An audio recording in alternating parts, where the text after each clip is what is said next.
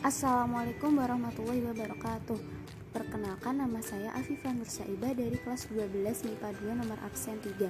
Di sini saya akan melakukan praktikum uji Ingenhous dan uji SAK. Let's go. Uji Ingenhous. Tujuan praktikum untuk mengetahui faktor-faktor dan zat yang dihasilkan pada proses fotosintesis. Alat dan bahan yang dibutuhkan yaitu 3 buah botol, hidrilla, air es, dan air biasa. Cara kerja uji Ingenhous. Yang pertama, siapkan alat dan bahan. 3 buah botol yang diberi label A, B, dan C, hidrilla, air es, dan air. Langkah kedua yaitu isi botol A air biasa, botol B air es, dan botol C air biasa.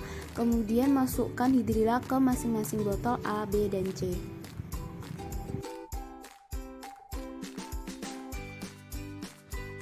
Langkah ketiga, letakkan botol A dan B ke tempat yang terkena sinar matahari secara langsung. Langkah keempat, letakkan botol C ke tempat yang teduh.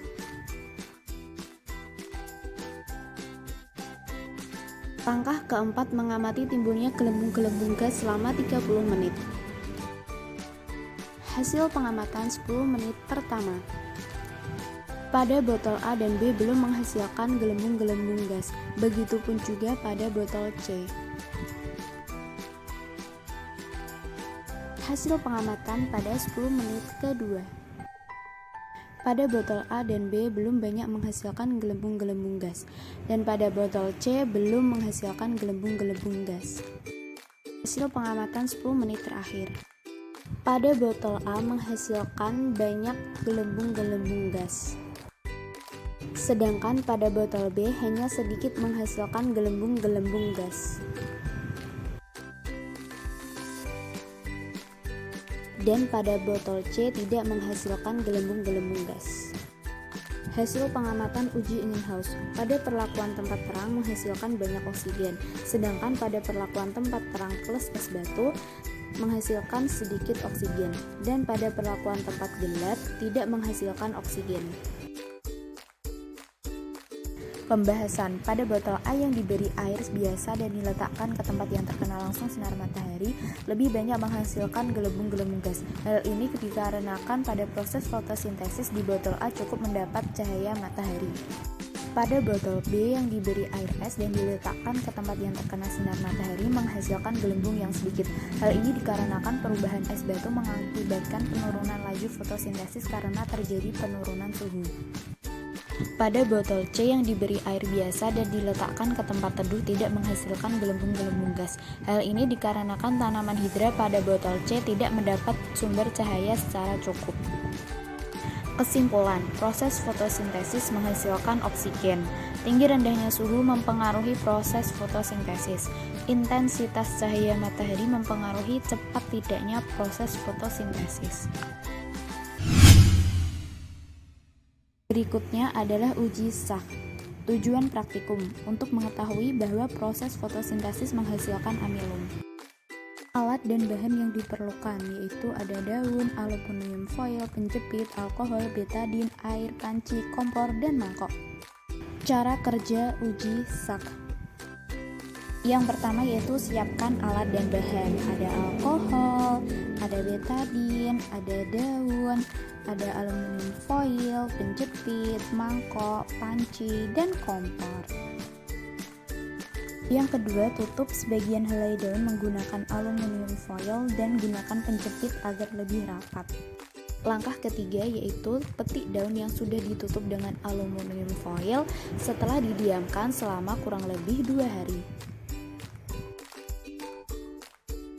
Langkah keempat, buka aluminium foil dan masak daun di panci ke dalam air mendidih sampai daun layu.